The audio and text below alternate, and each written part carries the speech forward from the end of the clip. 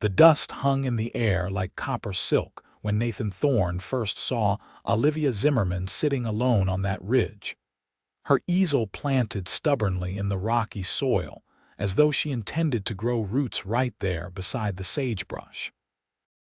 He had been riding fence line for the Double Bar Ranch, checking for breaks after yesterday's storm, when the flash of color caught his eye. Brilliant crimson and orange against the muted browns and grays of the Arizona Territory landscape. It was late September in 1883, and the sunset over Chloride painted the sky in shades that seemed impossible. Yet there she was, trying to capture every one of them on canvas. Nathan pulled his horse to a stop, the leather creaking beneath him as he shifted his weight. He had seen plenty of odd things in his 26 years, but a woman painting alone in the wilderness 2 miles from town was something new. She wore a simple blue dress, practical but faded from sun and washing, and her dark auburn hair was pinned up in a way that suggested she had done it herself that morning without bothering with a mirror. Her focus was absolute, her brush moving with quick, confident strokes across the canvas. He should have ridden on. The fence line would not check itself, and Frank Morrison, the ranch foreman, expected him back before full dark. But something held him there, watching as she mixed colors on her palette with the intensity of someone solving a complex problem. The sunset continued its slow burn across the sky, and she painted faster, as though racing against the dying light. "You are going to lose your sunset," Nathan called out, his voice carrying across the still air. Olivia jerked, her brush skittering across the canvas in an unintended line. She spun around, her gray eyes wide with surprise and then narrowing with irritation. "You startled me." "I apologize," Nathan said, dismounting and leading his horse closer. "I did not mean to ruin your painting." She looked at the errant streak of paint, then back at the sky, then at her canvas again. Her shoulders sagged slightly. "It is already ruined. I cannot get the colors right. I never can." Nathan stepped around to see the canvas properly. He was no expert in art, had barely seen more than a handful of paintings in his entire life, but even he could see that what she had created was remarkable. The sky on her canvas seemed to glow with an inner fire, the colors bleeding into one another in a way that felt both wild and controlled. "That looks pretty good to me," he said honestly. "Pretty good is not enough." She set down her brush and rubbed her temples. "I have been trying to paint this sunset for 3 weeks. Every evening I come out here, and every evening I fail to capture what I see. The colors are never quite right. The light is never quite true." Nathan studied her face, the frustration etched in the lines around her mouth, the determination in her eyes despite her words. "Maybe you are being too hard on yourself, or maybe I am simply not talented enough." She began cleaning her brushes with practiced efficiency, wiping them on a rag that had seen better days. "My father says I am wasting my time. He says a woman should focus on practical skills, not frivolous pursuits. Painting does not seem frivolous to me." Olivia glanced up at him, really looking at him for the first time. He was tall, with dark hair that needed cutting and brown eyes that held unexpected kindness. His clothes marked him as a working cowboy, worn but clean, and he stood with the easy confidence of someone comfortable in his own skin. "Most people in Chloride would disagree with you," she said. "They think I am strange for spending my evenings out here alone." "Are you alone often?" Nathan asked, then quickly added, "I mean, is it safe for you to be out here by yourself? There are rattlesnakes and sometimes coyotes." "I have a pistol." She gestured to a small revolver lying on a flat rock near her supplies. "My mother taught me to shoot before she died. She understood why I needed to paint, even if no one else does." There was grief in her voice, old but still sharp. Nathan recognized it because he carried his own. "When did you lose her?" 2 years ago. Pneumonia. Olivia began packing her paints into a wooden box, her movements precise. She was the one who bought me my first set of watercolors when I was 8. My father thought it was a waste of money even then, but she insisted. My mother died when I was 12, Nathan said. Childbirth. The baby died too. They stood in the gathering dusk, two strangers bound momentarily by shared loss. The sunset was fading now, the brilliant colors mellowing into softer purples and blues. I should get back to town, Olivia said finally. My father will worry. Let me ride with you, Nathan offered. It is getting dark and I am heading that way anyway. She hesitated, clearly weighing propriety against practicality. Practicality won. All right, but I have my own horse. I am not some helpless woman who needs rescuing. Nathan raised his hands in mock surrender. I would not dream of suggesting otherwise. Her horse was tied to a mesquite tree 30 yards away, a sturdy paint mare with intelligent eyes.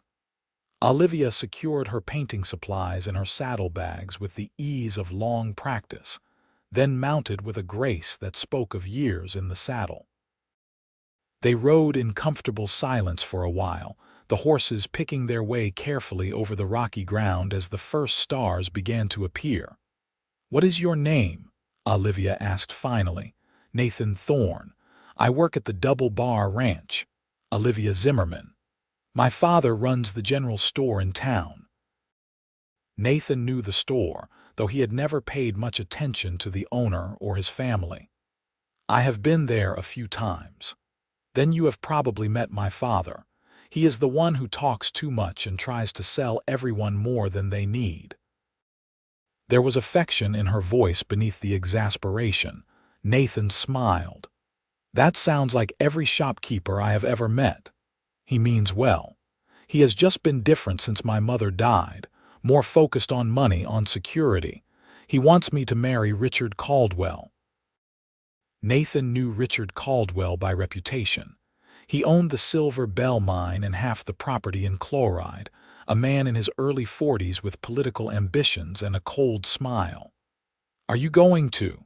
"No." The word was flat, absolute. "I would rather die an old maid than marry a man I do not love."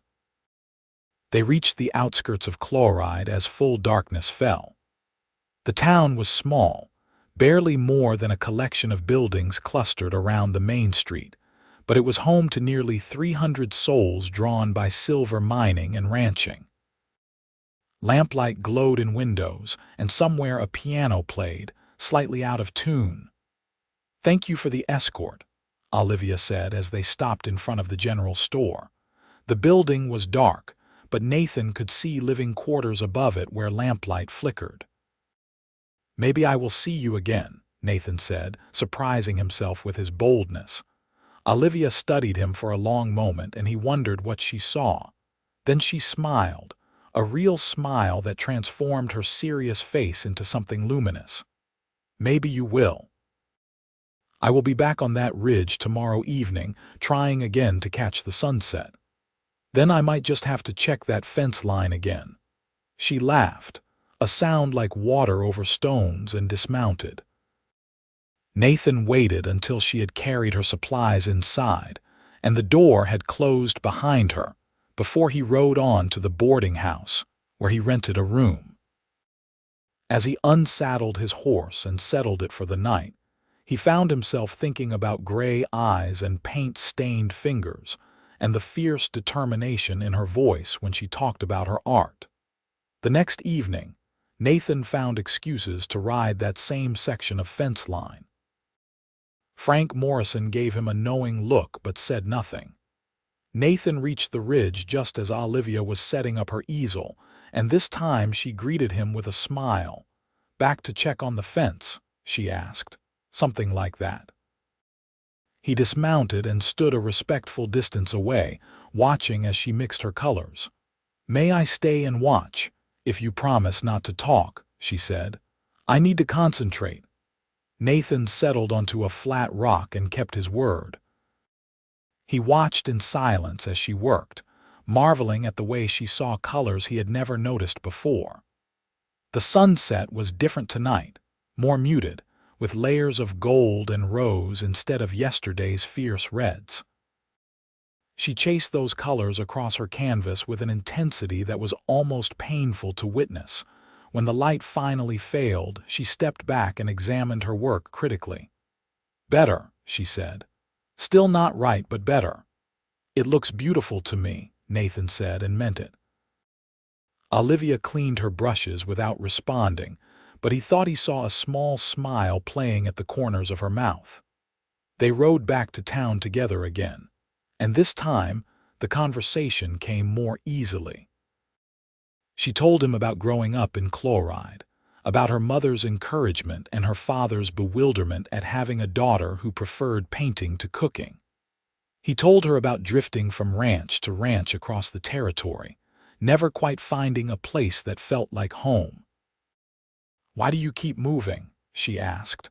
Nathan considered the question. "I suppose I have been looking for something without knowing what it is. That must be lonely." "It is," he admitted, "but staying in one place when it does not feel right is lonely too." They reached the store, and this time when she dismounted, she turned to him with a directness that caught him off guard. "Will you come again tomorrow?" "If you want me to." "I do." Those two simple words stayed with Nathan through the night and all the next day. He went through his work in a pleasant haze, earning more than one teasing comment from the other ranch hands. He did not care. All he could think about was Olivia and her paintings, and the way she looked at the world as though it were full of colors waiting to be discovered. The next evening established a pattern that continued for 2 weeks.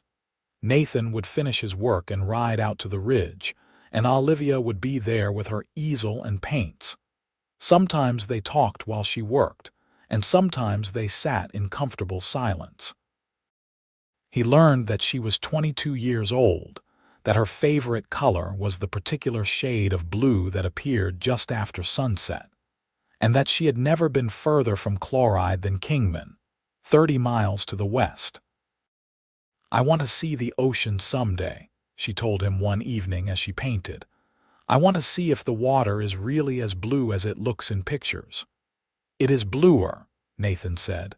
"I saw it once when I was 17. I worked on a ranch in California for a few months. The ocean is bigger and bluer than anything you can imagine." Her brush paused mid-stroke. "Tell me about it." So he did, describing the endless expanse of water, the way the waves crashed against the shore with a sound like thunder, the salt smell in the air. She listened with hungry attention, her eyes distant, clearly seeing what he described. "I want to paint it someday," she said softly. "I want to stand on the shore and try to capture all that blue. Maybe you will. My father would never allow it. He wants me to stay here to marry well, to give him grandchildren." "What do you want?" Olivia was quiet for a long time, her brush moving steadily across the canvas. When she finally spoke, her voice was barely above a whisper. "I want to paint. I want to see the world. I want to wake up every morning excited about the day ahead instead of dreading it. I want to fall in love with someone who understands why I need to create." She stopped painting and looked directly at him. "I want things that are probably impossible." Nathan's heart hammered in his chest. "They do not sound impossible to me." The air between them felt charged, electric. Olivia set down her brush carefully, deliberately, and stood. Nathan rose too, and suddenly they were standing close enough that he could see the flecks of gold in her gray eyes, could smell the faint scent of lavender soap on her skin. "Nathan," she said, and it was a question and an answer all at once. He kissed her as the last light faded from the sky, gentle at first and then deeper as she responded. Her paint-stained fingers tangled in his hair, and his hands settled on her waist, pulling her closer. When they finally broke apart, both breathless, the world had shifted somehow. Everything looked different, felt different. I have been wanting to do that for days, Nathan admitted. I hoped you would, Olivia said, and then laughed at the surprise on his face. Did you think I asked you back every evening just to watch me paint? I was not sure. Well, now you know. She grew serious again, her hands still resting on his shoulders. But Nathan, my father will never approve. He has his heart set on Richard Caldwell. He thinks Caldwell can give me security, a comfortable life. What about love? What about happiness? He thinks those things are luxuries we cannot afford. Olivia stepped back reluctantly, and the cool evening air rushed in between them. He has been in debt to Caldwell for the past year. The mine owner loaned him money to keep the store running through a rough patch. Caldwell has made it clear that he will forgive the debt if I agree to marry him. Anger flared hot in Nathan's chest. That is not a proposal, that is blackmail. I know, but my father sees it as a solution to all his problems. A wealthy son-in-law, security for his old age grandchildren to carry on the Zimmerman name. And what about what you want? He thinks I will learn to accept it, that I will grow to appreciate the advantages of being Caldwell's wife. She picked up her brush again, needing something to do with her hands. He says I am being childish and selfish. Nathan wanted to argue, to rage against the unfairness of it all, but he forced himself to think practically. How much does your father owe Caldwell? $800. It was a staggering sum. Nathan made $30 a month working for the double bar, and most of that went to room and board. $800 might as well have been $8,000. There has to be a way. If there is, I have not found it. Olivia's voice was flat with despair. I've been trying to think of something, anything, but I keep coming back to the same conclusion. I am trapped. No. Nathan took her hands, paint stains and all, and held them firmly. You are not trapped. We will find a way. We, he confirmed. Olivia, I know we have only known each other for 2 weeks, but I have never felt about anyone the way I feel about you. When I am with you, everything makes sense. When I am not, all I can think about is getting back to you. Tears glittered in her eyes. I feel the same way. But feelings do not pay debts. Maybe not, but they are still worth fighting for. He pulled her close again, and she came willingly, resting her head against his chest. They stood that way as stars emerged overhead, holding onto each other as though letting go might mean losing everything. Eventually, they had to return to town. The ride back was subdued, both of them lost in thought. When they reached the store, Olivia turned to him with renewed determination in her eyes. Do not give up on me, she said. Never, Nathan promised. He rode back to the ranch with his mind racing, turning over possibilities and discarding them one by one. He could ask Frank Morrison for an advance on his wages, but that would barely make a dent in the debt. He could try to find better paying work, but nothing in chloride paid significantly more than what he already earned. He could rob a bank, he thought wildly, then dismissed the idea immediately. He was no outlaw, and jail would not help Olivia. Over the next few days, Nathan threw himself into work, trying to earn every penny he could while searching for a solution. He picked up extra shifts, volunteered for the jobs no one else wanted, and slowly began accumulating savings. It was not nearly enough, but it was a start. Olivia continued to meet him at the ridge every evening, and their relationship deepened with each sunset they shared.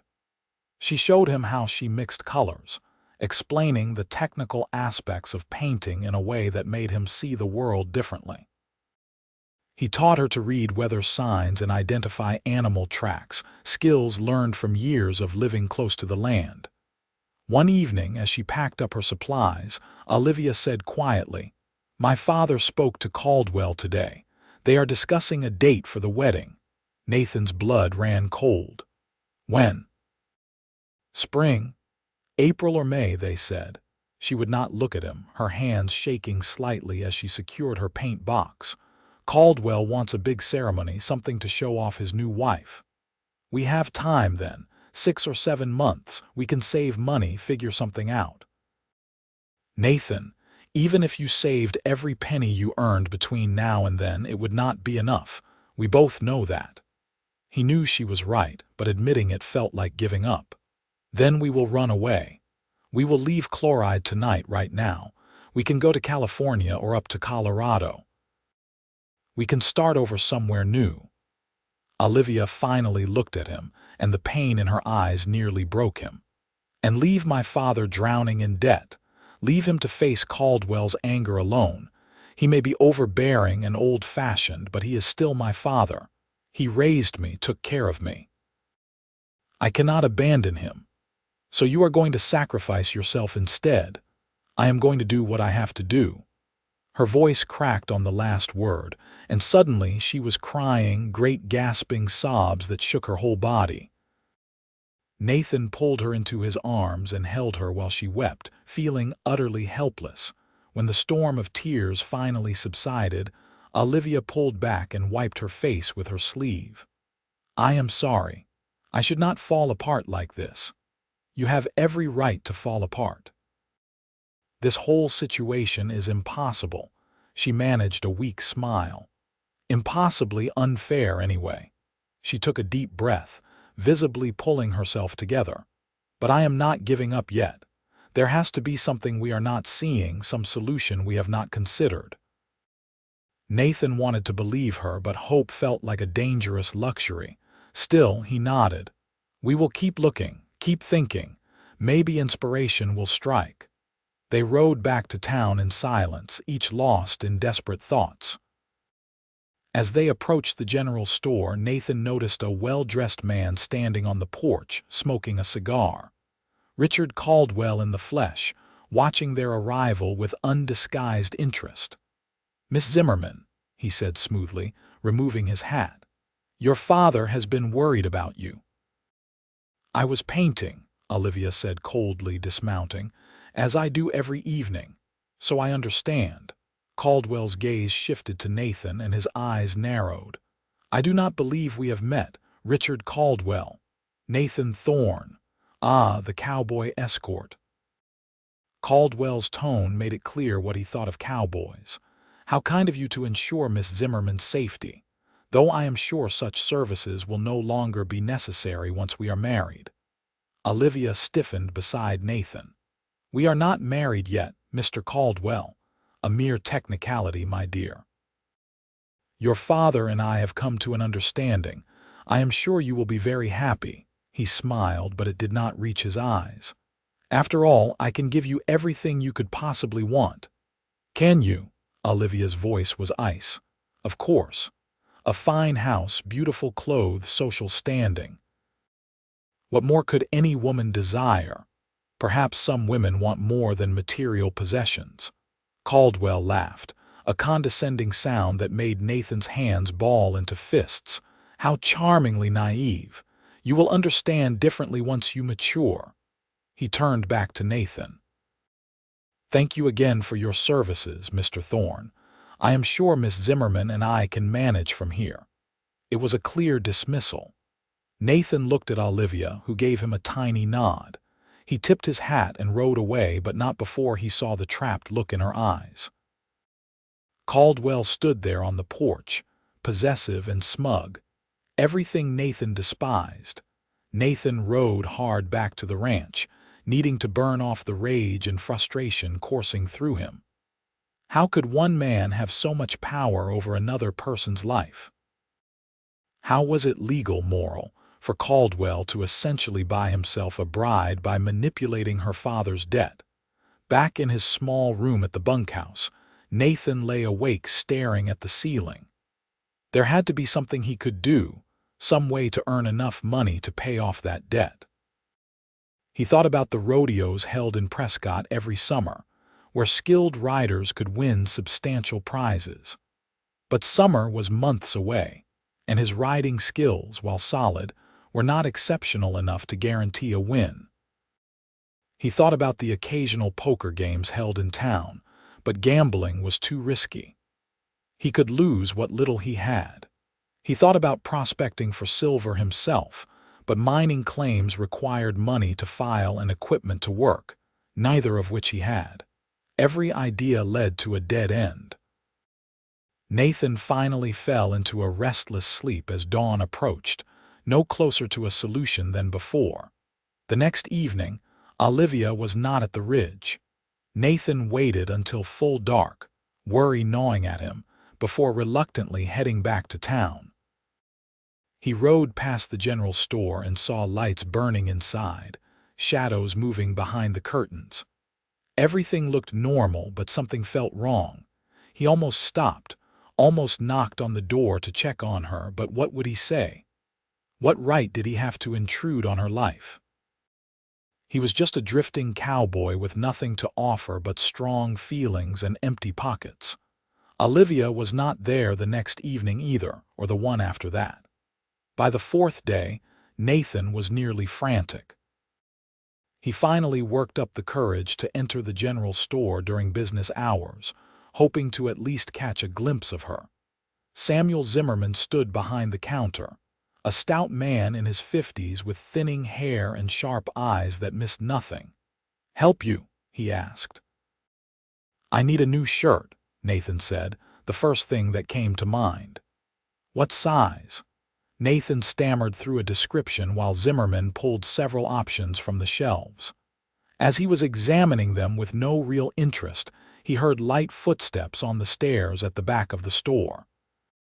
His heart leaped, but it was not Olivia who emerged. It was a younger woman, perhaps 16 or 17, with the same auburn hair but none of Olivia's intensity. "Father, have you seen my blue ribbon?" the girl asked, then noticed Nathan and blushed. "This is my younger daughter, Amelia," Zimmerman said. "Amelia, mind your manners." "Pleased to meet you," she said shyly before hurrying back upstairs. Nathan had not known Olivia had a sister. But then, there was a great deal he did not know about her life beyond their sunset meetings.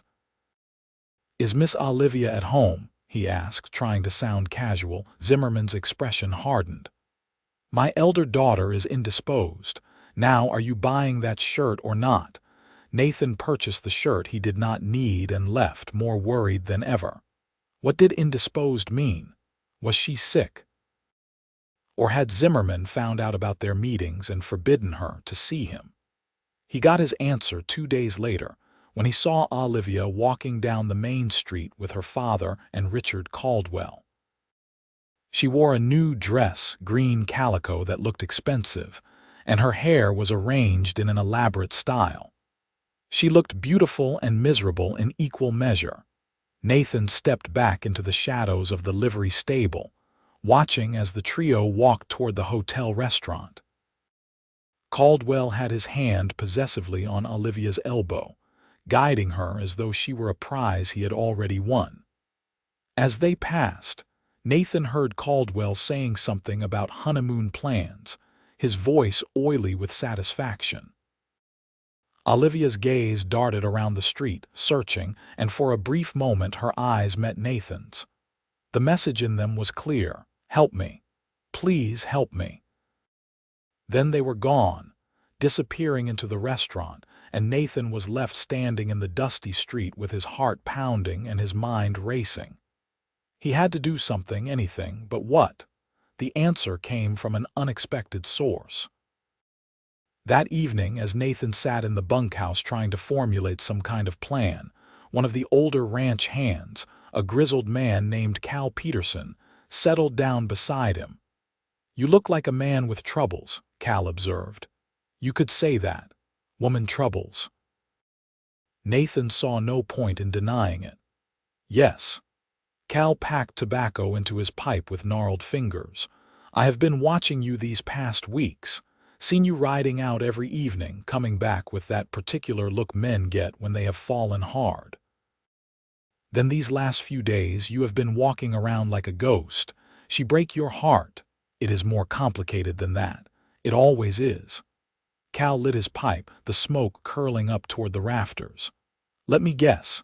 She comes from a better family, or maybe her father has other plans for her."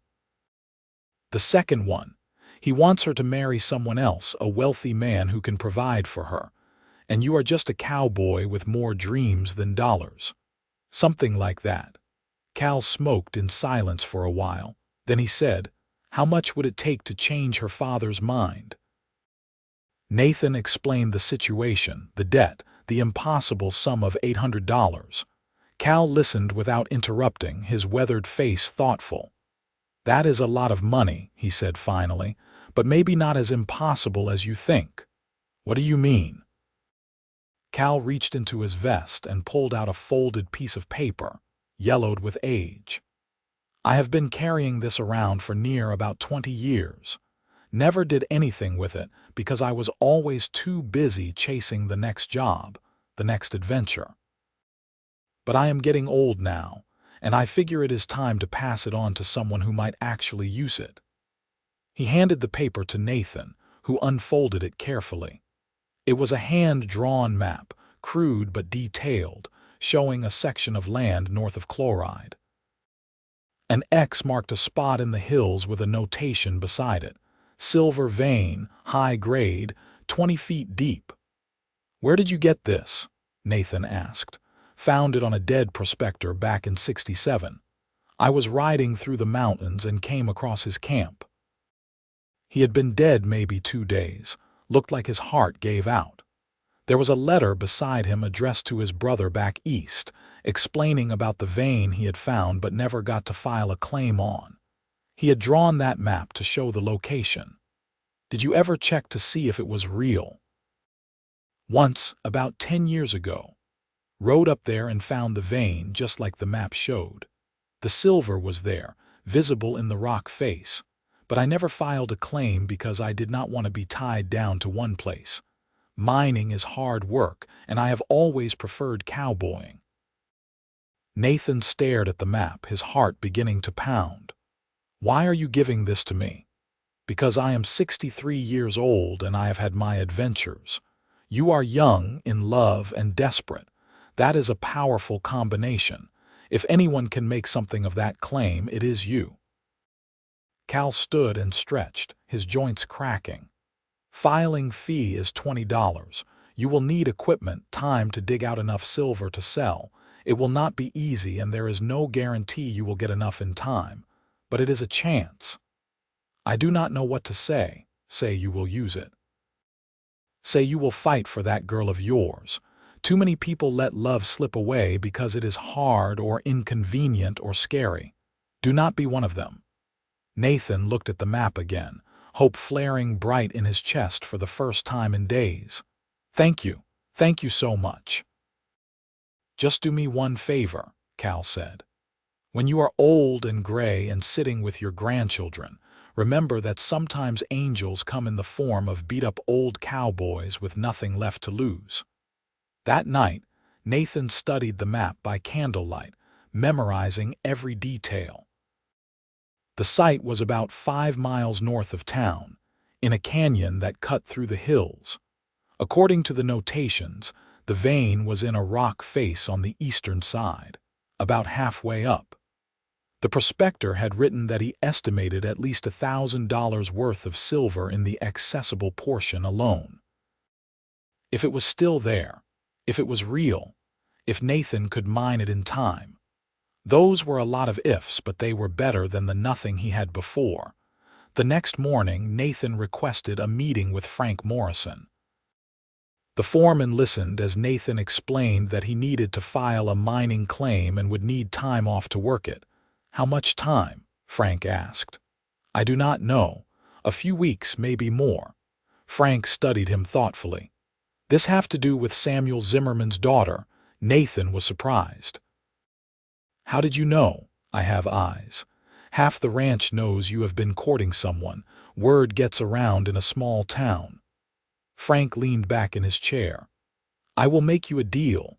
You can have your time off, but you need to hire and train your replacement first. Once someone is up to speed on your duties, you are free to pursue your mining venture. That gives the ranch continuity and gives you time to prepare." "That is fair. Thank you." "Do not thank me yet. If this silver claim does not pan out, I expect you back here ready to work. Clear?" "Clear." Nathan spent the next week training a young man named Jimmy Collins, who had just arrived from Texas looking for ranch work. Jimmy was eager and learned quickly, asking smart questions and taking notes on everything Nathan taught him. By the end of the week, Frank agreed that Jimmy was ready and Nathan was free. He used his saved wages to file the claim, a process that required paperwork, witnesses, and the $20 fee Cal had mentioned. He also purchased basic mining equipment, a pickaxe, a shovel, a panning kit for testing ore, and supplies for a temporary camp. His savings were nearly depleted, but he was committed now. The hardest part was that he had not seen or spoken to Olivia in over 2 weeks. He had no way to tell her what he was planning, no way to ask if she could hold on a little longer. For all he knew, she thought he had abandoned her. On a cold November morning, Nathan packed his gear and rode north into the hills. He found the canyon easily enough, and the rock face with its promising dark streaks that might be silver. The prospector's old camp was still visible, just collapsed remnants of a lean-to and the remains of a fire ring. Nathan set up his own camp and began the back-breaking work of mining. He had no experience, only determination, and the instructions he had gotten from the clerk at the assay office in town. He swung his pickaxe until his shoulders screamed and his hands bled. He learned to recognize silver ore by sight and feel, to distinguish it from worthless rock. He worked from sunup to sundown, then fell into his bedroll too exhausted to even eat properly. After 5 days, he had collected enough ore to make a trip back to town worthwhile. He loaded it onto his pack horse and rode to the assay office, his heart in his throat as he watched the assayer examine his samples. "It is good quality," the man said finally. "High grade. You have got about $60 worth here. $60. Nathan felt simultaneous elation and disappointment. It was real, the silver was there, but at this rate it would take months to earn $800. He did not have months. "Is there a faster way to extract it?" he asked. The assayer shrugged. "Dynamite, if you know what you are doing. But that is dangerous and expensive. Safer to keep hand mining, even if it is slower." Nathan took his $60 and made another decision born of desperation. He sought out a miner he knew casually, a man named Dutch Hansen who had a reputation for being reliable. Nathan offered Dutch a partnership. If Dutch would help him mine the claim, Nathan would give him 20% of whatever they extracted. Dutch examined the ore samples Nathan showed him, tested the rock face, and agreed. "But I cannot give you more than 2 weeks," he said. "I have my own claim to work after that. 2 weeks is better than nothing." With Dutch's help, the work went much faster. Dutch knew how to set charges safely, where to place dynamite for maximum effect with minimum risk. They blasted carefully, then spent hours sorting through the rubble for silver ore. After 4 days, they had collected enough material to net nearly $200 after Dutch took his share. "This is good stuff," Dutch said admiringly. "You could make a real living from this claim." "I just need to make enough to pay off a debt," Nathan said. "How much more do you need?" "About $600.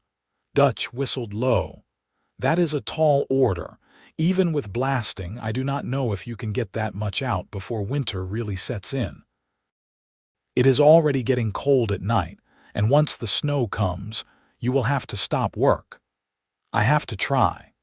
They pushed themselves mercilessly for the remaining 10 days of Dutch's availability. Nathan worked through exhaustion and cold, through cut hands and bruised limbs. The small pile of processed ore grew slowly, agonizingly slowly. When Dutch finally had to leave to return to his own claim, Nathan counted out his earnings. He had $430 total, better than he had dared hope, but still far short of what he needed. And then the weather turned. Snow began to fall, light at first but growing heavier each day. The temperature plummeted. Working in the mine became increasingly dangerous as ice made the rock face treacherous. After nearly falling during a climb to set a charge, Nathan was forced to admit defeat. He could not continue mining through the winter, not safely. He rode back to Chloride in early December with $430 and a heart full of dread. It was not enough, would never be enough. He had tried and failed. The town was decorated for Christmas when he arrived, evergreen boughs and red ribbons adorning storefronts. Normally, Nathan enjoyed this time of year, but now the festive atmosphere felt mocking. He stabled his horse and walked slowly toward the general store, rehearsing what he would say to Olivia. As he approached, he saw a notice posted in the window. His blood turned to ice as he read it.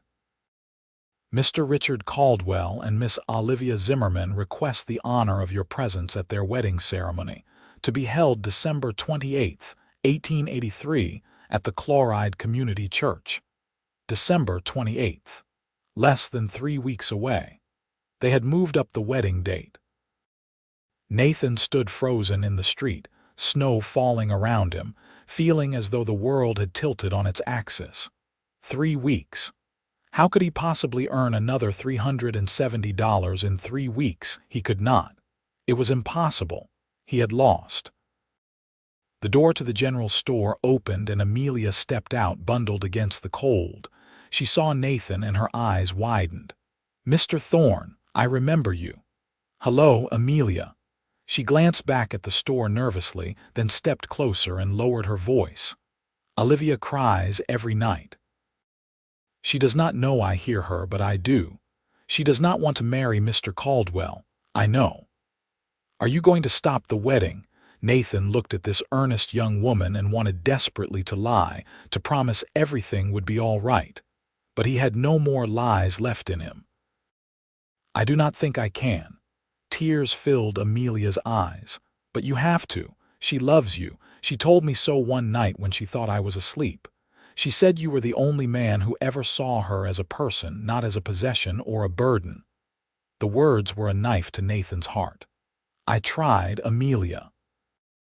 I really tried. I just do not have enough." Enough what? He almost did not answer, but what did it matter now?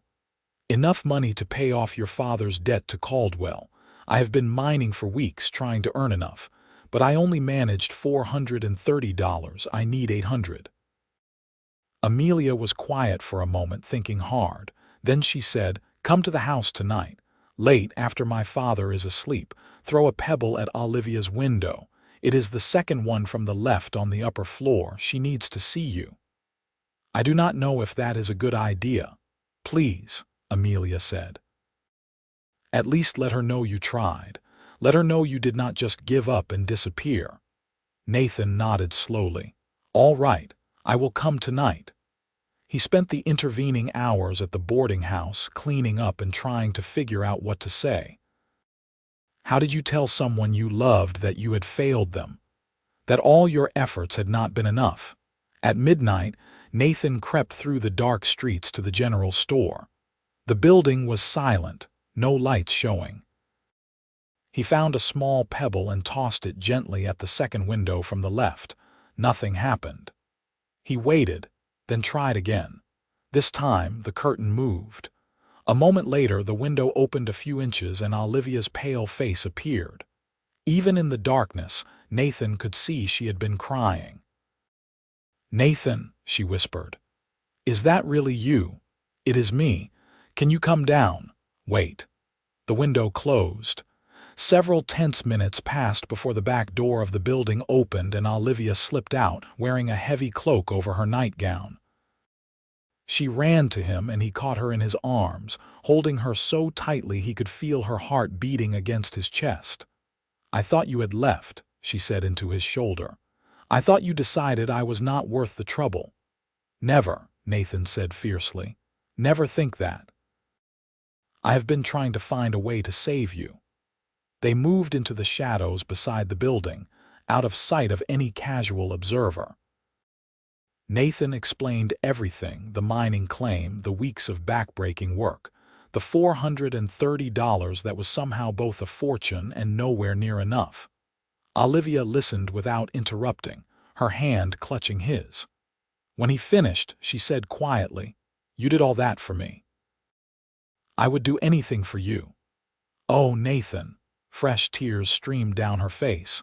"No one has ever fought for me before. No one has ever believed I was worth fighting for." "You are worth everything," Nathan said. He cupped her face in his hands, his thumbs wiping away her tears. "I just wish I had succeeded. You did not fail. You tried, which is more than anyone else has done." She took a shaky breath. "But I cannot marry Caldwell. I have been trying to convince myself I could do it, could sacrifice my happiness for my father's sake. But I cannot. I would rather run away with nothing than marry that man." Hope sparked in Nathan's chest. "Then let us run away. Tonight, right now. We can take our horses and be miles from here by morning. And my father, his debt, maybe Caldwell will still forgive it. Or maybe your father will have to work it off over time. But Olivia, you cannot sacrifice yourself. Your father would not want that if he truly understood what he was asking of you." She pulled back slightly, her eyes searching his face. "Where would we go?" "Anywhere. Everywhere. California, Colorado, Oregon. We could travel and you could paint. You said you wanted to see the ocean. I will take you there. I will take you anywhere you want to go. You make it sound possible. It is possible. We will make it possible together." Olivia stood there in the cold December night, visibly torn between duty and desire, between the life she had always known and the unknown future Nathan offered. Then, slowly, her expression changed. Resolution settled over her features like a mask. "Yes," she said. "Yes, I will go with you. But we need to do this right. I need to tell my father, explain it to him. I will not sneak away like a thief in the night. He deserves better than that. When? Tomorrow. I will tell him tomorrow." She stood on her toes and kissed him, a kiss full of promise and desperation. "Come to the store at noon. I will have spoken to him by then." Nathan did not sleep that night. He lay in his rented room watching shadows move across the ceiling, alternating between hope and dread. What if Olivia's father refused to let her go? What if he locked her in her room or called the sheriff? What if Caldwell showed up and caused trouble? At noon, Nathan walked toward the general store with his heart hammering. A small crowd had gathered outside and he quickened his pace, fearing the worst. But when he pushed through the group, he found not violence but celebration. Samuel Zimmerman stood on the store's porch, his arm around Olivia's shoulders, smiling broadly. "There he is," Zimmerman called out. "Nathan Thorne, the man of the hour." Nathan stopped, confused. "Sir." "Come up here, boy. Do not be shy." Zimmerman waved him forward. "I want everyone to see the man my daughter is going to marry." The crowd murmured approvingly. Nathan climbed the steps slowly, trying to understand what was happening. Olivia's eyes were red, but she was smiling, really smiling for the first time in weeks. "I do not understand," Nathan said. Zimmerman clapped him on the shoulder. "Olivia told me everything this morning. About you two meeting on the ridge, about the mining claim, about how hard you worked to try to help us. She said she loves you and wants to marry you, debt or no debt. But the debt, Mr. Caldwell." "Caldwell can go hang," Zimmerman said bluntly, to the delight of the crowd. Several people laughed and applauded. "I was a fool to think he would make my daughter happy. I told him this morning that the wedding is off, that Olivia will marry the man she loves. But $800 will be paid back over time, with interest if necessary. I will work extra hours, take on a partner in the store, do whatever it takes, but I will not sell my daughter like a piece of merchandise." His voice grew thick with emotion. "I lost my way after my wife died. I forgot what really matters. Olivia reminded me this morning." She said her mother would be ashamed of me for valuing money over her happiness. She was right. Nathan looked at Olivia, hardly daring to believe what he was hearing. "Is this real?" "It is real," she said and laughed. "We are free, Nathan. We are really free." He pulled her into his arms, not caring that half the town was watching. The crowd cheered and someone started clapping. The sound spread, becoming a wave of applause that washed over them. When they finally broke apart, Zimmerman was wiping his eyes. "I suppose we should discuss the wedding arrangements. Nothing fancy, mind you. We cannot afford anything elaborate right now." "I do not need fancy," Olivia said. "I just need him." Over the next few days, Nathan learned what had happened with Caldwell. When Zimmerman told the mine owner that Olivia would not be marrying him, Caldwell had threatened to call in the debt immediately. Zimmerman had calmly informed him that even if he wanted to, he could not pay it immediately, and that Caldwell would have to wait like any other creditor. Furthermore, Zimmerman let it be known around town exactly how Caldwell had tried to coerce Olivia into marriage. The town's reaction was swift and decisive. Chloride might be a rough mining town, but it had its own sense of honor. Several of Caldwell's business associates quietly withdrew their partnerships. The local paper ran a carefully worded article about the importance of free choice in matrimonial matters. Caldwell found himself increasingly isolated, his reputation tarnished. Within a week, Caldwell approached Zimmerman with a new offer. He would forgive $400 of the debt in exchange for Zimmerman's public statement that the whole matter had been a misunderstanding, that Caldwell had never intended any impropriety. Zimmerman, after consulting with Olivia, agreed. He also offered Nathan's $430 toward the remaining $400, leaving less than $100 outstanding. This, Zimmerman said, he could manage within 6 months. The wedding was set for New Year's Day, 1884. It would be a small affair, held at the church with only close friends and family attending. Olivia threw herself into preparations with an enthusiasm Nathan found both endearing and amusing.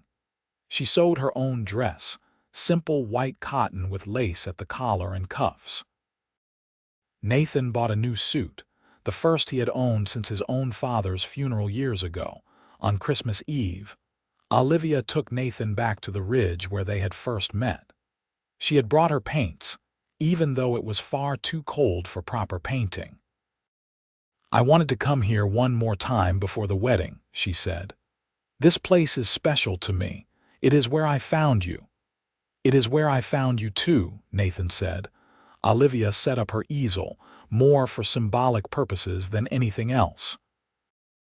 The winter sunset was beautiful in its own way, all stark blues and grays with just a hint of gold at the horizon. She made a few quick sketches, her fingers nimble despite the cold. "I have been thinking about what I want to paint next," she said as she worked. "I want to paint us. Our life together, our future, all the places we will go and things we will see." "That sounds ambitious." "It is ambitious. It is impossible, probably. How do you paint a future that has not happened yet?" She turned to face him, her eyes bright. "But you said something to me once about my paintings. You said they looked beautiful even when I thought they were failures. You made me see that maybe I was being too critical, expecting perfection instead of appreciating what I had created." "I remember. I have been too critical of my life too, I think. Always focusing on what was wrong or missing instead of what was right, but not anymore." She took his hands. "Nathan, I want you to promise me something, anything. Promise me that we will fill our life with colors.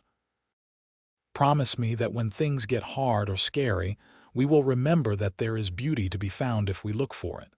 Promise me that we will paint our future together, every color we can find." "I promise," Nathan said, his voice rough with emotion. "I will give you every color, Olivia.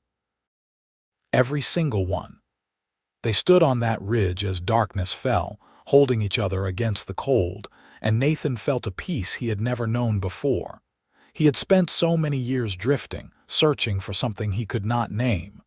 Now he understood what it had been. He had been searching for home, and home was not a place. It was this woman in his arms, with her paint-stained fingers and fierce heart.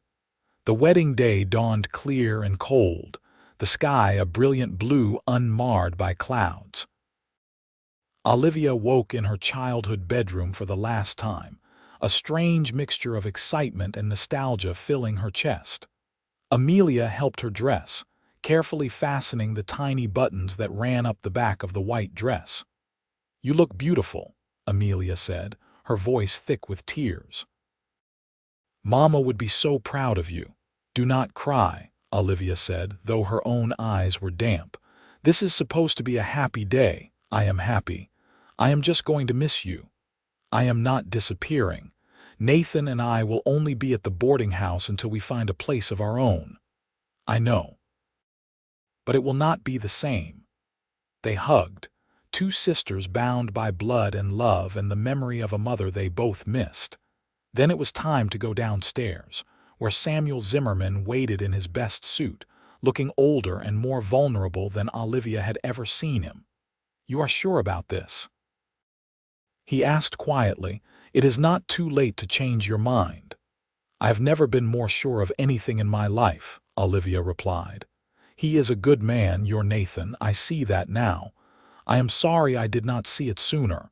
You see it now. That is what matters."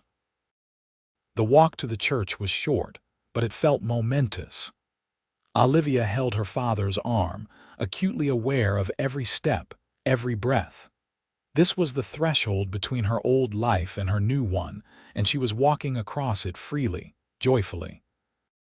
The church was small and plain, but someone had decorated it with evergreen boughs and white ribbons.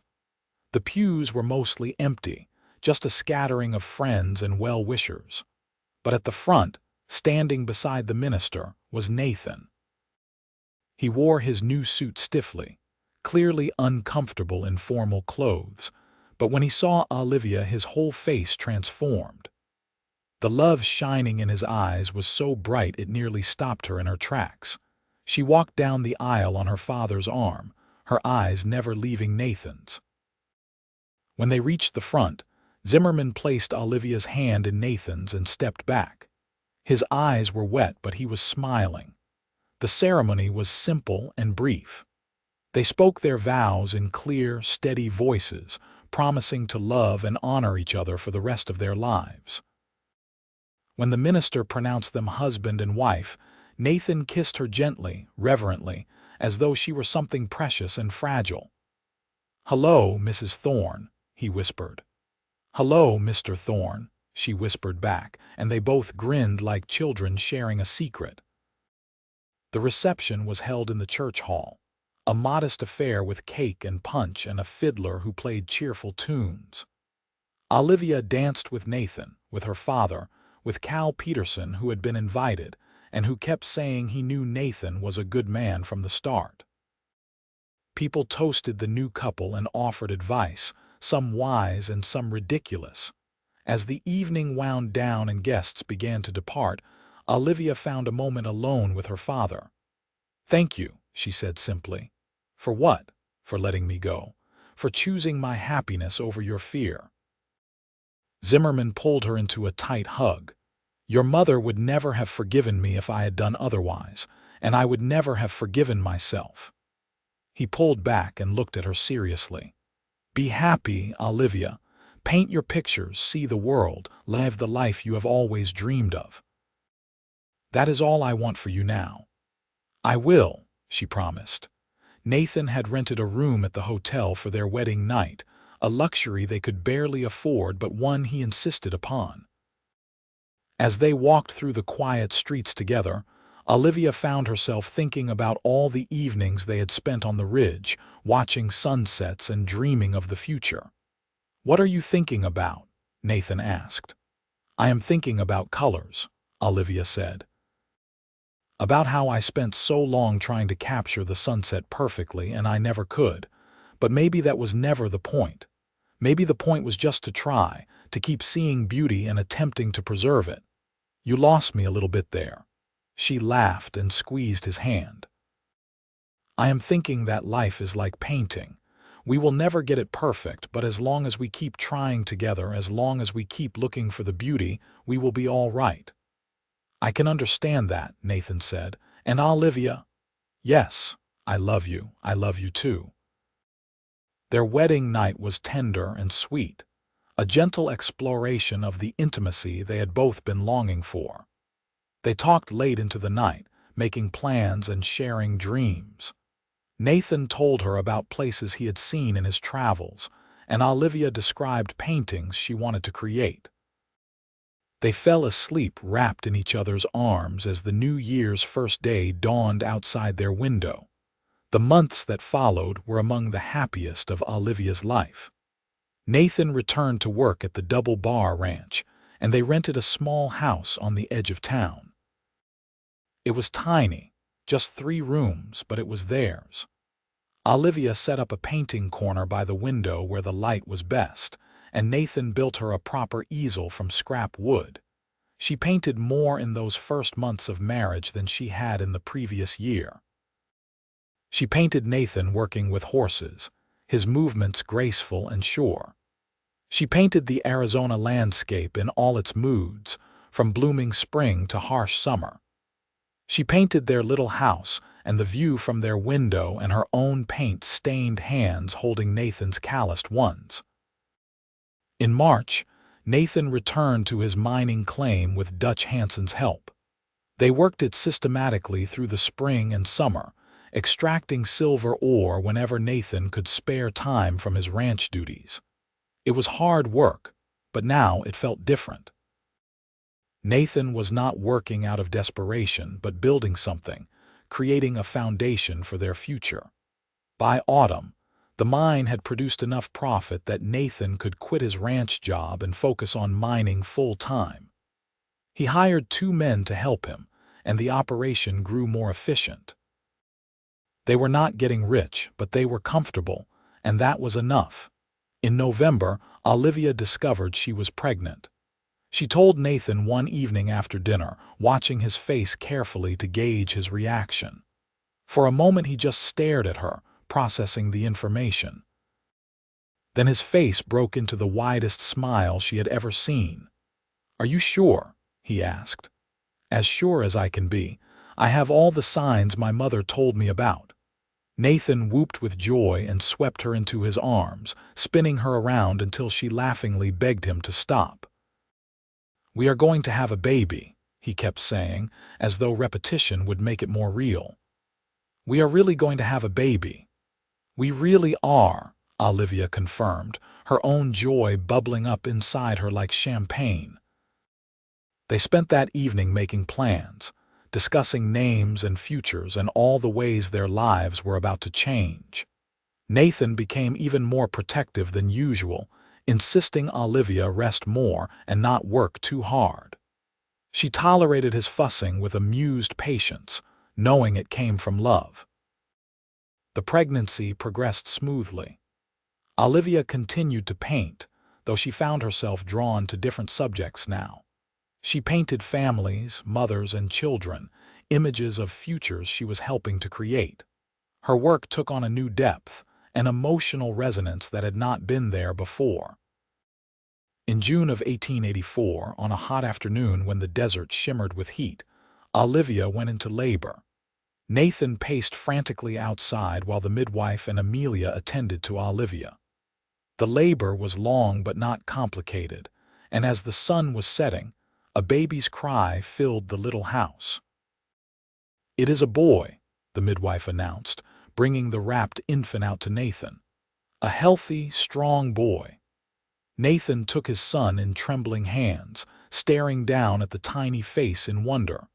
The baby had a shock of dark hair and dark eyes that looked up at him with unfocused curiosity.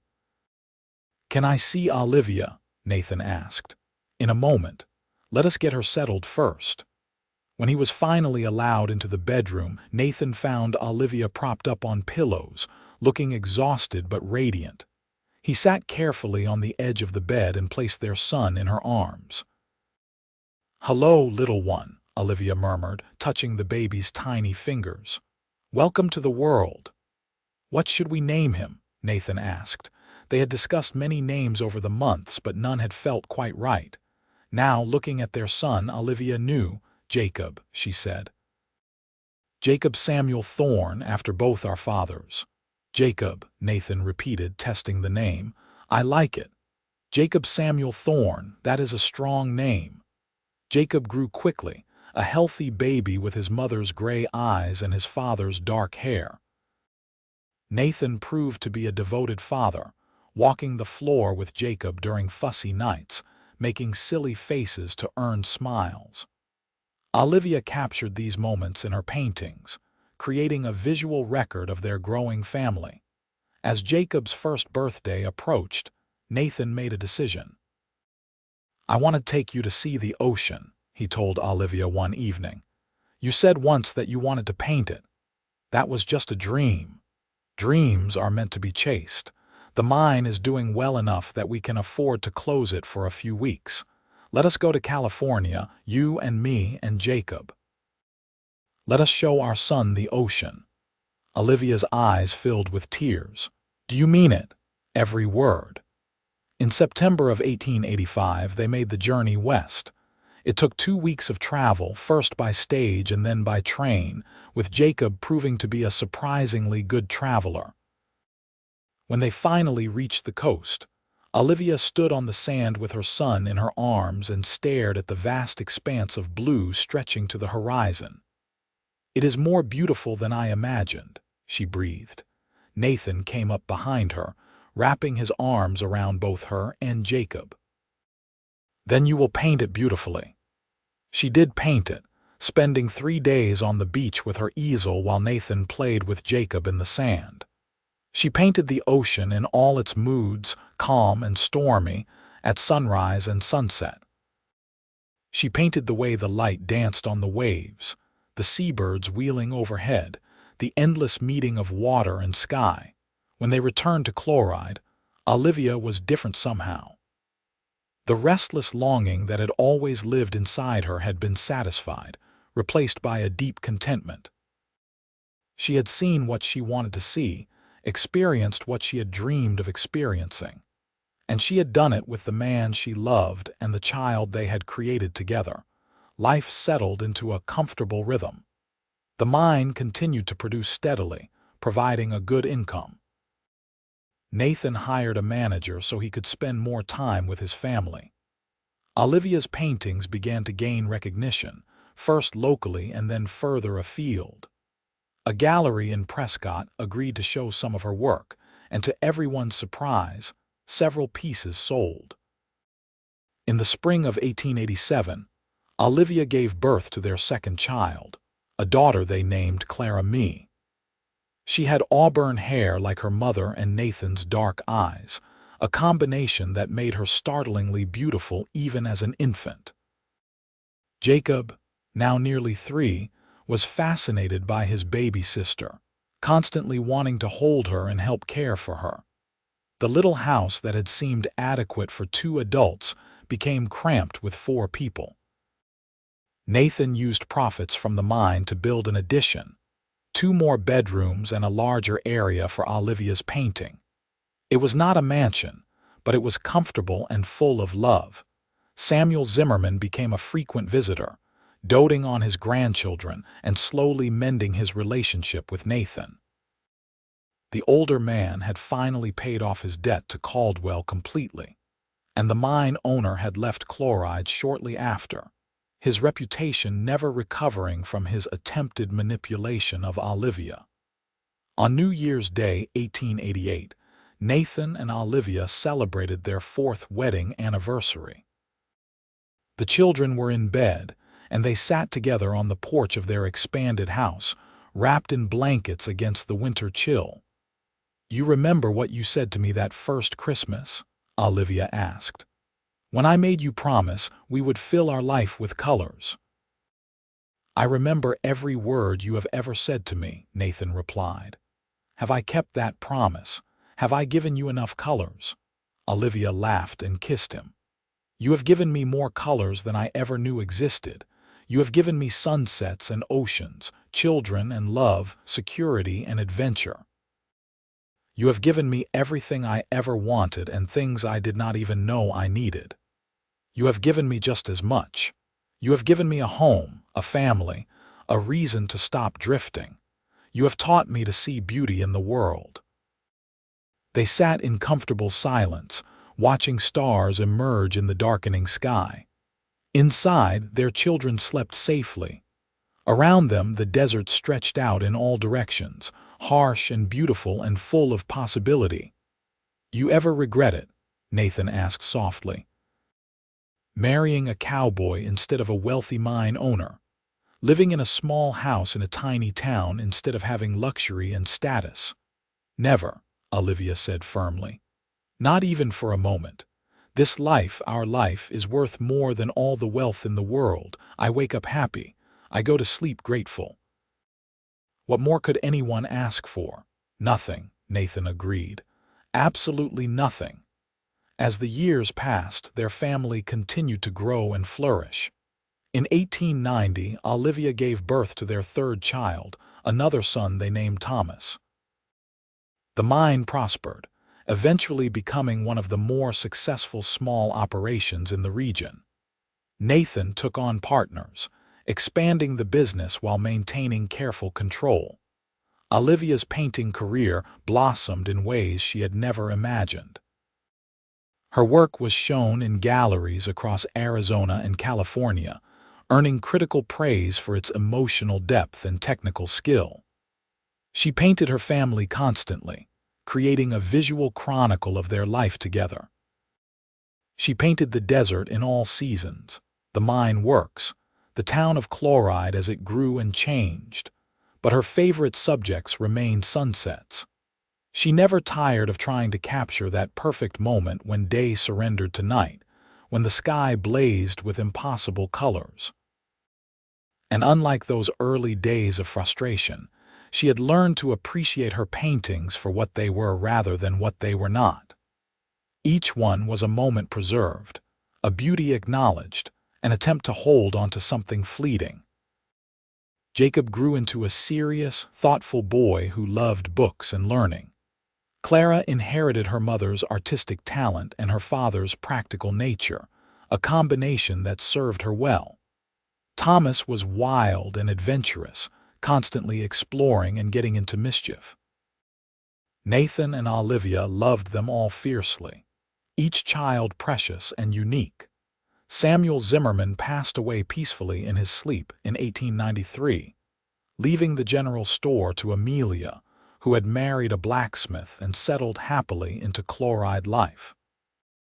Olivia mourned her father, but found comfort in the knowledge that they had reconciled, that his last years had been spent as a loving grandfather rather than a distant, disapproving parent.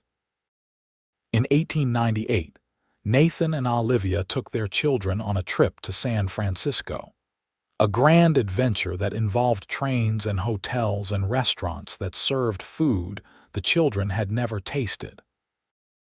They visited museums where Olivia studied the works of famous painters, and they walked along the waterfront where ships from around the world docked. On their last evening in the city, they found a high point overlooking the bay.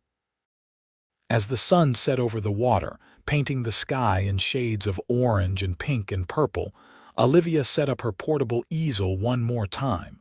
"Are you going to paint the sunset?" Clara asked. She was 11 now, already showing signs of the beautiful woman she would become. "I am," Olivia said. "I am always going to paint the sunset." "But why?" Jacob asked. He was 14, his voice recently deepened. "You have painted hundreds of them." "Because each one is different," Olivia explained. "Each one is a gift, a moment of beauty that will never come again. I paint them to remember, to celebrate, to say thank you for another day of life and love." Nathan stood behind her, his hands on her shoulders, watching as she worked.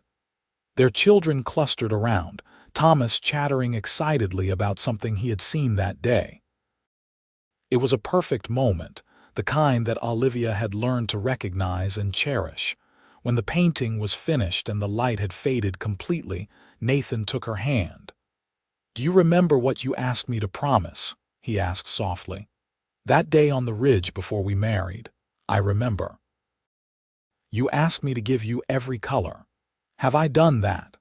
Olivia looked around at their children, at the beautiful city spread out below them, at the life they had built together through love and determination and sheer stubborn hope. "You have given me more than every color," she said. "You have given me a palette that never runs empty. You have given me a future worth painting." "We painted it together," Nathan said. "Every color, every moment, every joy and sorrow, together." "Together," Olivia agreed. They returned to Chloride and their comfortable life, but that trip marked a turning point. Jacob announced his intention to attend university in California, wanting to study engineering. Clara began showing her own paintings in local exhibitions, her talent already remarkable. Thomas declared he wanted to be a cowboy like his father, earning a laugh from Nathan, who reminded him that cowboys worked hard for little pay. The mine continued to prosper, and Nathan eventually sold his share to his partners, retiring in his early 50s with enough money to live comfortably. He spent his time working with horses, teaching Thomas the skills he would need if he truly wanted to ranch, and supporting Olivia's painting career. In 1905, a major gallery in San Francisco offered Olivia a solo exhibition. It was the culmination of decades of work, a recognition of her talent and dedication. The whole family traveled to California for the opening, a grand affair attended by critics and collectors and art lovers. Olivia stood in the gallery surrounded by her paintings, each one a window into a moment of her life. There were the early works, those frustrated attempts to capture the Chloride sunsets. There were paintings of Nathan, of their children, of the desert and the mine and their home. There were seascapes and landscapes, portraits and still lifes. Together they told a story of a life lived fully with passion and purpose. A critic approached her, a distinguished-looking man with silver hair. "Mrs. Thorne, your work is remarkable. There is such emotion in every piece, such a sense of lived experience. Tell me, what inspired you to become an artist?" Olivia looked across the room to where Nathan stood with their children, all of them grown now but still her babies in her heart. He caught her eye and smiled, that same smile that had captured her heart 22 years ago. "I paint because I want to remember," she said simply. "I want to remember every beautiful moment, every sunset, every smile. I want to preserve the colors of a life well lived." "And have you succeeded?" Olivia thought about that first day on the ridge, when she had been so frustrated with her inability to capture the perfect sunset. She thought about Nathan appearing like a gift from the universe, about their struggles and triumphs, about the family they had created and the love they had nurtured. "Yes," she said with certainty. "I have succeeded beyond my wildest dreams." The exhibition was a tremendous success. Several paintings sold for substantial sums, and critics praised Olivia's unique voice and perspective. But the greatest reward came at the end of the evening, when Nathan found her standing alone in front of one particular painting. It was one of her earliest works, one of those frustrated attempts to capture the Chloride sunset. She had kept it all these years despite its imperfections, unable to part with it because it represented the beginning of everything. "Why did you include this one?" Nathan asked, slipping his arm around her waist. "You always said it was not good enough." "Because it is perfect in its imperfection," Olivia said. "It shows where I started, what I was reaching for, and because it was the day I met you. I was sitting on that ridge trying to paint this sunset, and you rode up and changed my life forever." "You changed mine too," Nathan said. He turned her to face him, his hands gentle on her shoulders. I watched you paint that sunset alone, and I wanted more than anything to be part of your world. When I said I would give you every color, I meant it. But what I did not understand then was that you would give me just as much.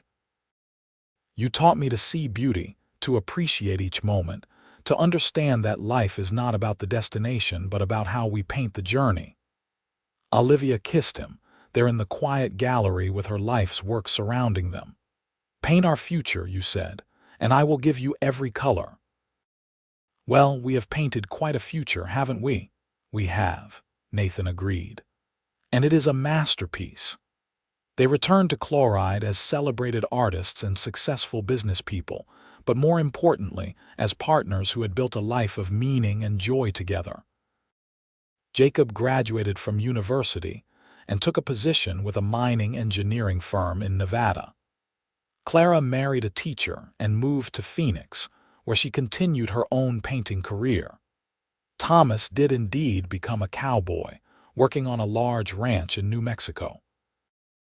Nathan and Olivia found themselves alone in their house for the first time in decades. It was strange at first, the quiet, the lack of youthful energy and noise. But they adapted, rediscovering each other in new ways.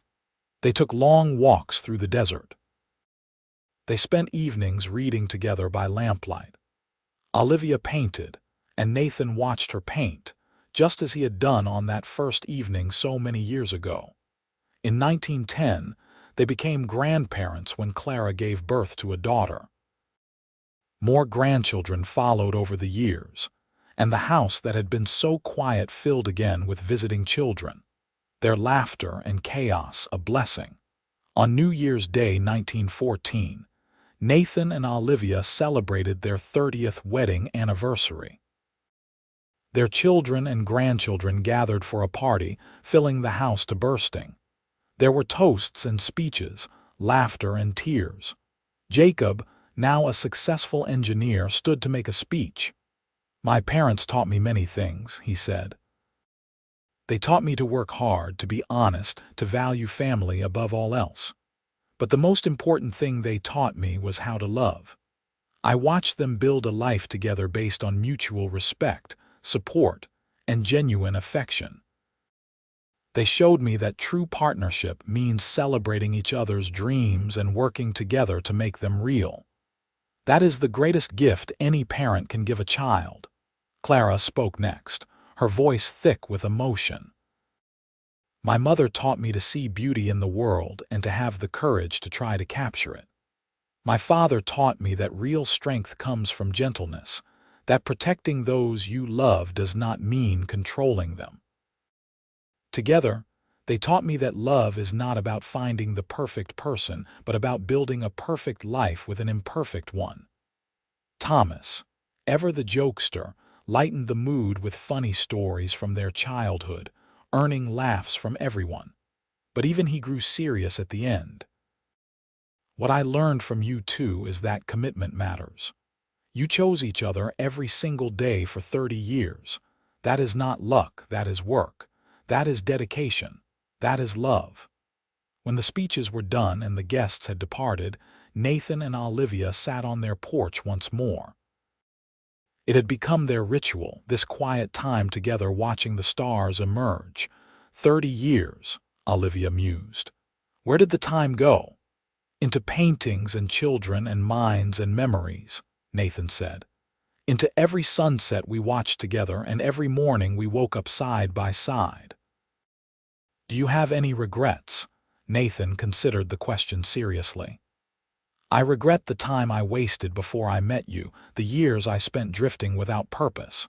But I cannot truly regret those years because they led me to you. So no real regrets. You. I regret that my mother never got to meet you, never got to see how happy you made me. But otherwise, no, I would not change a single thing." They sat in peaceful silence as night deepened around them. Inside their house, the paintings on the walls chronicled 3 decades of life and love. Outside, the desert stretched away in all directions, eternal and patient. As they sat there, an unexpected memory surfaced for Nathan. "Do you remember what you told me that very first night?" he asked. "When I found you painting on the ridge, I said a lot of things. You said pretty good was not enough, that you could never get the colors quite right, could never capture what you truly saw. I was young and foolish." "No," Nathan said. "You were an artist reaching for perfection. But here is what I have learned in 30 years of watching you paint. You were always capturing exactly what you saw. The problem was that what you saw was more than just the sunset. You saw the beauty, yes, but also the longing, the reaching, the desperate desire to hold on to something fleeting. That is what makes your painting special. That is what people respond to." Olivia was quiet for a long moment. Then she said softly, "You still surprise me after all these years. Just when I think you cannot possibly say anything that will touch my heart more deeply, you find new words. I have had 30 years of practice." She laughed and leaned her head on his shoulder. "Promise me something, anything. Promise me that when we are old and gray, really old and gray, we will still watch sunsets together. We will still look for the colors and the beauty. We will never stop painting our future." "I promise," Nathan said. "Even when we are too old to hold a brush, even when our eyes are dim and our hands shake, we will still find the beauty. We will still paint our future together." "Good," Olivia said, satisfied. "That is all I need to hear." The years continued their steady march. The world changed around them, new technologies emerging, old ways fading. Arizona became a state in 1912, transforming from territory to full member of the Union. Wars came and went. Chloride itself began to decline as the silver played out and younger people sought opportunities elsewhere.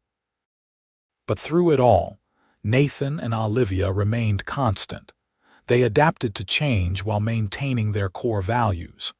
They supported their children and grandchildren through their own life challenges. They continued to find joy in simple things: a well-painted canvas, a perfectly trained horse, a quiet evening together. In 1925, they celebrated their 41st anniversary. Nathan was 68 now, his hair completely white but his eyes still bright. Olivia was 64, her hands showing the effects of arthritis but still capable of holding a brush. They were old, there was no denying it, but they were old together. On a warm spring evening, they made the trip out to the ridge where they had first met. It took longer now, their horses moving at a sedate pace, but they reached the spot eventually. The ridge looked different, worn by 40 years of wind and rain, but it was still recognizably the same place. Olivia set up her easel one last time. Her hands shook slightly as she prepared her paints, but her eye was as keen as ever. The sunset that evening was spectacular, as though the universe knew this was a special occasion and wanted to put on a show. She painted while Nathan watched, just as he had done so many times before. But this time felt different, weighted with significance. They both knew, though neither said it aloud, that this might be the last time. Olivia's health had been declining, her heart growing weaker. The doctor had warned them that she needed to take things easy to avoid exertion. But she had insisted on this trip, on painting one more sunset from the ridge where everything had begun. And Nathan, who had never been able to deny her anything, had agreed. When the light finally faded and the painting was complete, Olivia cleaned her brushes carefully and turned to Nathan. "It is finished," she said simply. He looked at the canvas and felt tears prick his eyes. It was beautiful, perhaps the most beautiful thing she had ever created. She had captured not just the colors of the sunset but something deeper, something ineffable. Looking at the painting, he could feel the love and gratitude and bone-deep satisfaction of a life well lived. "It is perfect," he said. "No," Olivia corrected gently. "It is not perfect, but it is complete. That is better than perfect." They made their way slowly back to town, arriving after full dark. Nathan helped Olivia dismount, steadying her when she swayed slightly. She was tired, more tired than he had seen her in years. That night, Olivia fell asleep in Nathan's arms, her breathing slow and steady. He held her, memorizing the feel of her, the smell of her hair, the way she fit perfectly against his side. In the morning, she did not wake up. Nathan sat with her for a long time, holding her hand, talking to her though she could not hear. He told her about the first time he saw her painting on the ridge. He told her about every moment he had fallen in love with her a little more. He told her about the life they had built, the colors they had found, the future they had painted together. When their children arrived, summoned by a neighbor, they found their father sitting beside their mother, dry-eyed but devastated. Jacob tried to lead him away, but Nathan shook his head. "Not yet," he said. "Just a little longer." They gave him that time, those last private moments with the woman who had been his everything for 42 years. Finally, when the undertaker arrived, Nathan stood. He was unsteady, suddenly looking every one of his 68 years and more. "She wanted to see one more sunset from the ridge," he said to no one in particular. "I gave her that. I gave her one more sunset." The funeral was well attended. Olivia had been a beloved figure in Chloride, her kindness and talent touching many lives. People came from across Arizona to pay their respects, to view her paintings one last time, to offer condolences to her family. Nathan accepted their sympathies with grave dignity, but inside he was empty. The world felt colorless without Olivia, like all the joy had been drained from it. He moved through the days mechanically, doing what needed to be done but feeling nothing. Jacob stayed with him for weeks, worried about his father's state of mind. "You need to eat," he would say. "You need to rest." But Nathan had little interest in either. What was the point of eating when he could not taste anything? What was the point of rest when sleep brought only dreams of what he had lost? 3 months after Olivia's death, Jacob found his father in her painting room, staring at the canvases that lined the walls. The final sunset painting, the one from the ridge, held pride of place. "I cannot do this anymore," Nathan said without preamble. "I cannot live in this house surrounded by her things, her paintings, her presence. It is too much."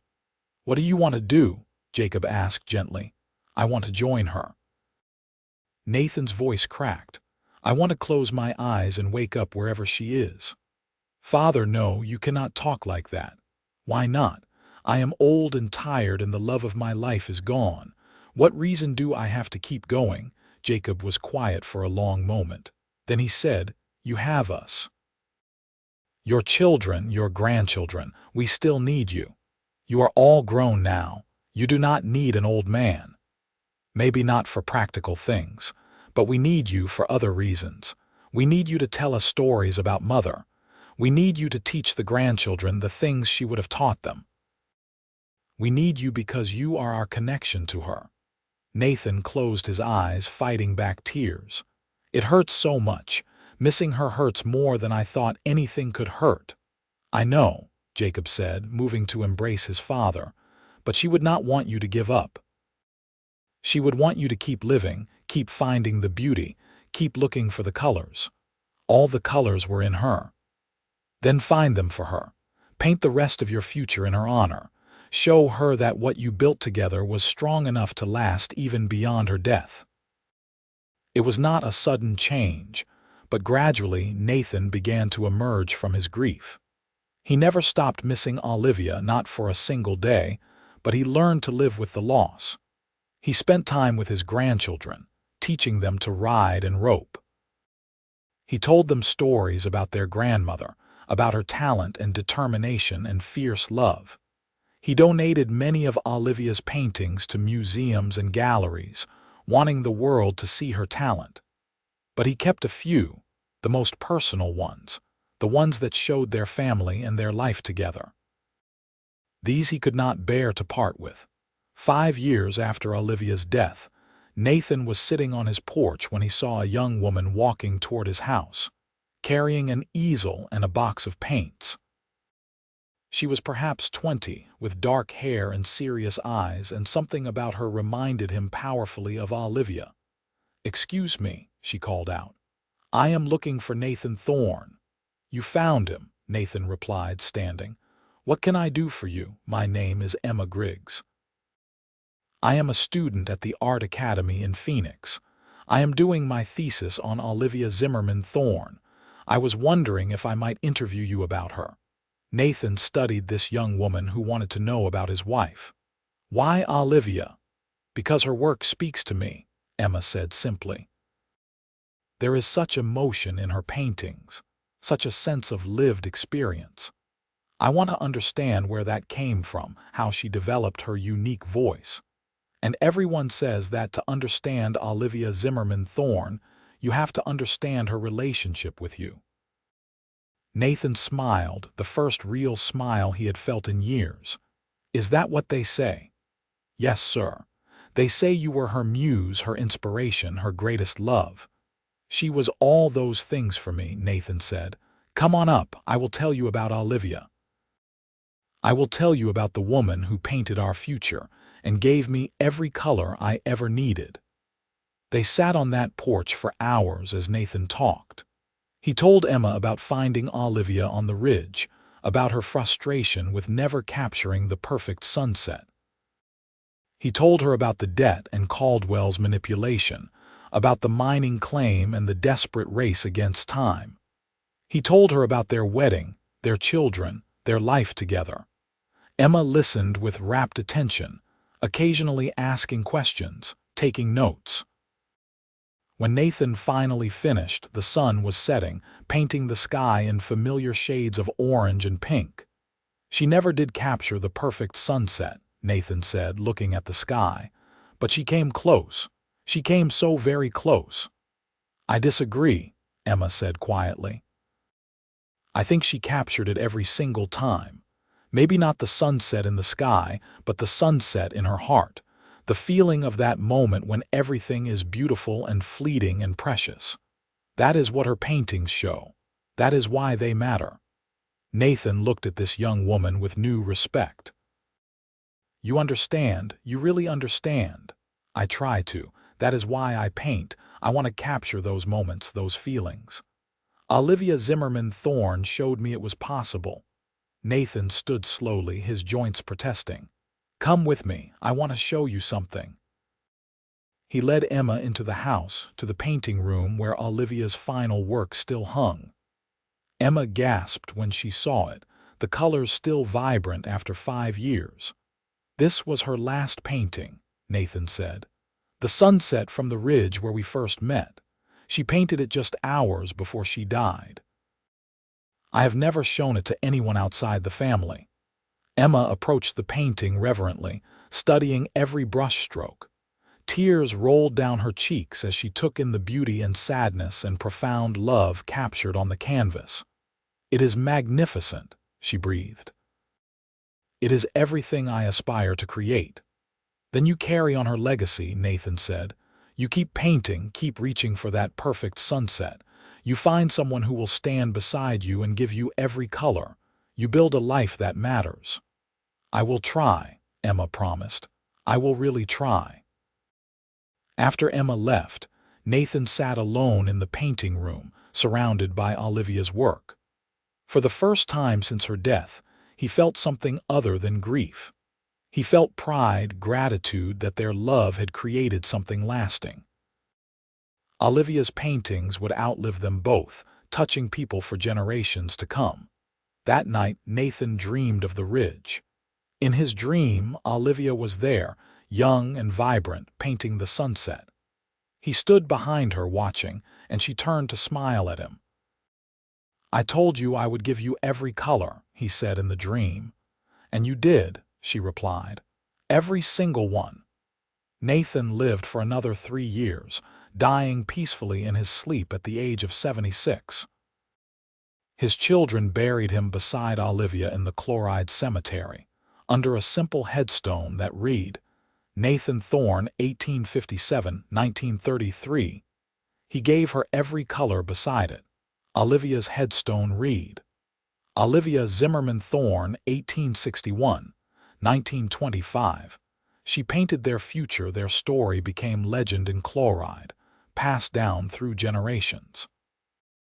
The little house they had shared was eventually turned into a museum, preserving Olivia's paintings and the life they had built together. Scholars studied her work, critics praised her vision, and young artists drew inspiration from her determination. But perhaps the greatest legacy of Nathan and Olivia Thorne was not in paintings or museums or academic papers. It was in the love they had shared, the family they had built, the example they had set. They had shown that true partnership means supporting each other's dreams, that love is not about possession but about freedom, that a life well lived is its own greatest masterpiece. Their grandchildren grew up hearing stories of the cowboy who rode up to the ridge and the woman who was painting the sunset. They heard about the promise made and kept, about every color given and received. And they carried those stories forward, telling their own children and grandchildren, ensuring that Nathan and Olivia's love would never be forgotten. In the end, they had done exactly what they set out to do. They had painted their future together, using every color they could find. It was not a perfect painting. No work of art ever is. But it was beautiful and true and full of love, and that was all that mattered. The sunsets over chloride still burn with impossible colors, painting the sky each evening in shades of crimson and gold and purple and rose. And if you listen carefully, standing on that ridge where it all began, you might hear the whisper of brushstrokes on canvas, the gentle voice of a woman who learned to see beauty everywhere, and the deep voice of the man who promised to give her every color and kept that promise until his last breath and beyond.